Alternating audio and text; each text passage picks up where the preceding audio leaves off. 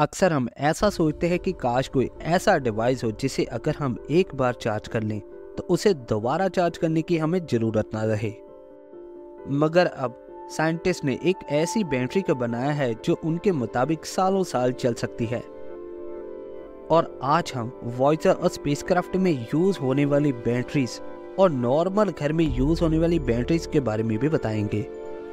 ये nuclear power से चलने वाली बैटरी है जो एक कॉइन से भी छोटी है और लगभग 50 साल तक बिना खत्म हुए चल सकती है। इस बैटरी को बीजिंग की एक कंपनी बीटा वोल्ट टेक्नोलॉजी के द्वारा बनाया गया है। उनके द्वारा अभी इसका एक प्रोटोटाइप बनाया गया है जो न्यूक्लियर रेडिएशन को कन्वर्ट करके इलेक्ट्रिकल करंट में बदलेगा। ये बैटरी शायद हमें आने वाले कुछ सालों में हमारे मोबाइल्स और ड्रोन्स में देखने को मिल सकती है, जहां हम इन्हें बिना दोबारा चार्ज किए हुए उड़ा सकते हैं और इस्तेमाल कर सकते हैं। क्योंकि आज हम जो डिवाइस यूज़ करते हैं उनको बार बार चार्ज करना पड़ता है।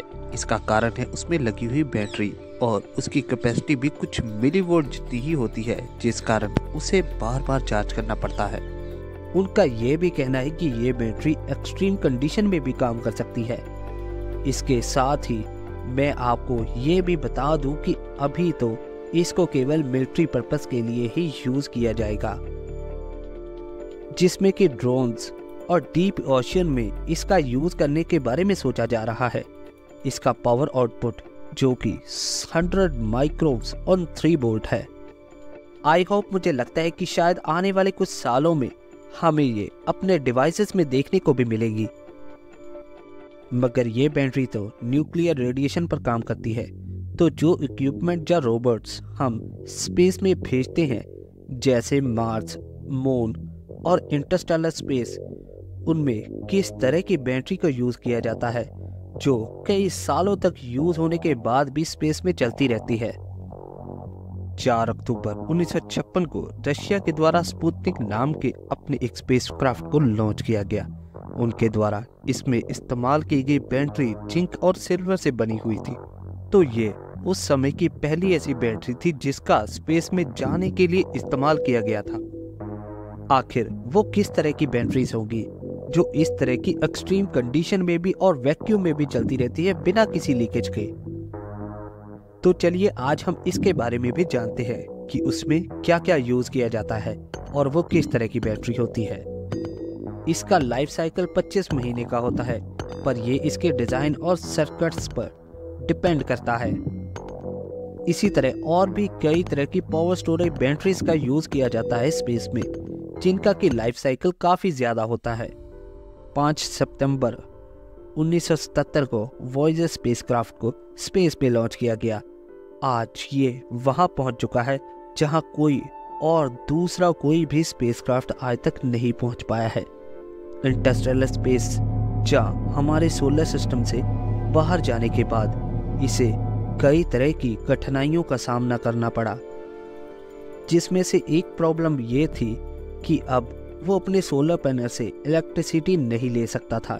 इसका कारण ये है कि ये अभी जहां पहुंच चुका है वहां पर सन की लाइट नहीं पहुंच सकती, जिसका मतलब है कि वो अब कभी भी अपने सोलर पैनल्स का इस्तेमाल इलेक्ट्रिसिटी बनाने के लिए नहीं कर सकता है जब तक कि वो किसी और सोलर सिस्टम के पास नहीं पहुंच जाता या किसी स्टार के पास नहीं पहुंच जाता जिससे कि उसे वो लाइट मिल सके। पर ताज्जुब की बात यह है कि ये अभी भी चल रहा है क्योंकि इसमें एक पावरफुल सिस्टम लगाया गया था।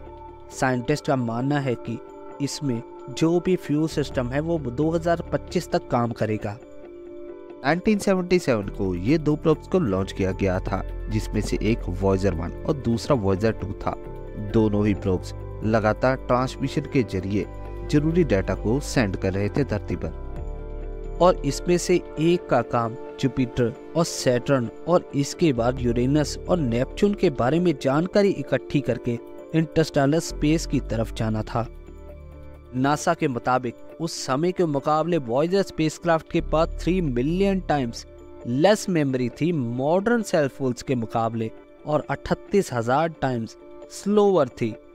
उसकी आज के 5G से स्पीड डेटा को ट्रांसमिशन करने के लिए। मगर 45 साल के बाद भी ये अभी भी काम कर रहा है, भले ही इसके पावर कंजप्शन को कम करने के लिए साइंटिस्ट के द्वारा इसके कुछ इक्विपमेंट्स को भी बंद करना पड़ा। उस समय जब इसे बनाया जा रहा था तब टेक्नोलॉजी आज जितनी एडवांस नहीं थी। इसको पावर देने के लिए RTG को लगाया गया था।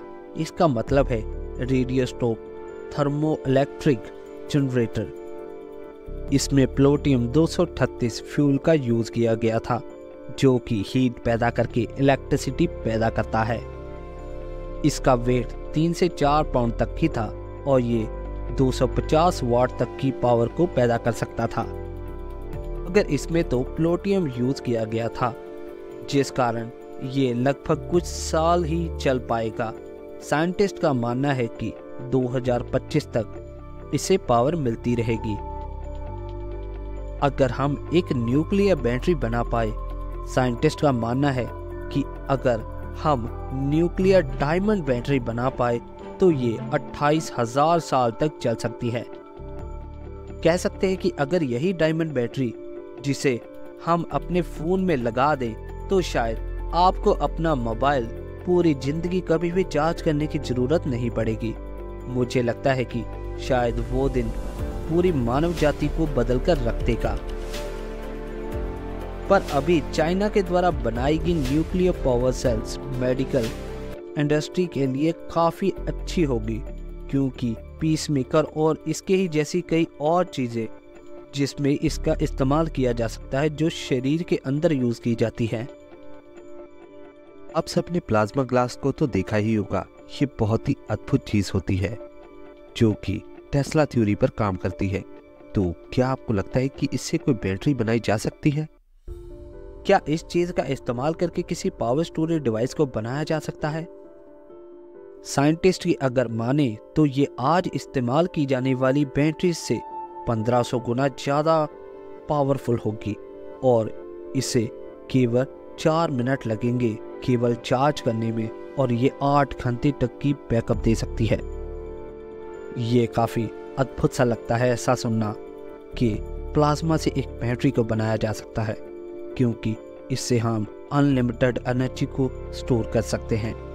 और शायद ये आने वाला हमारा भविष्य भी हो सकता है। शायद आने वाले कुछ सालों में हमारे साइंटिस्ट इसको जरूर इन्वेंट कर लेंगे। आई होप, मुझे लगता है कि मेरे द्वारा दी गई जानकारी आपको जरूर अच्छी लगी होगी। जानकारी अच्छी लगी तो चैनल को सब्सक्राइब और वीडियो को लाइक जरूर कीजिएगा और बेल आइकन की घंटी दबाना मत भूलिएगा, ताकि आपको हमारी आने वाली वीडियो का नोटिफिकेशन मिलता रहे।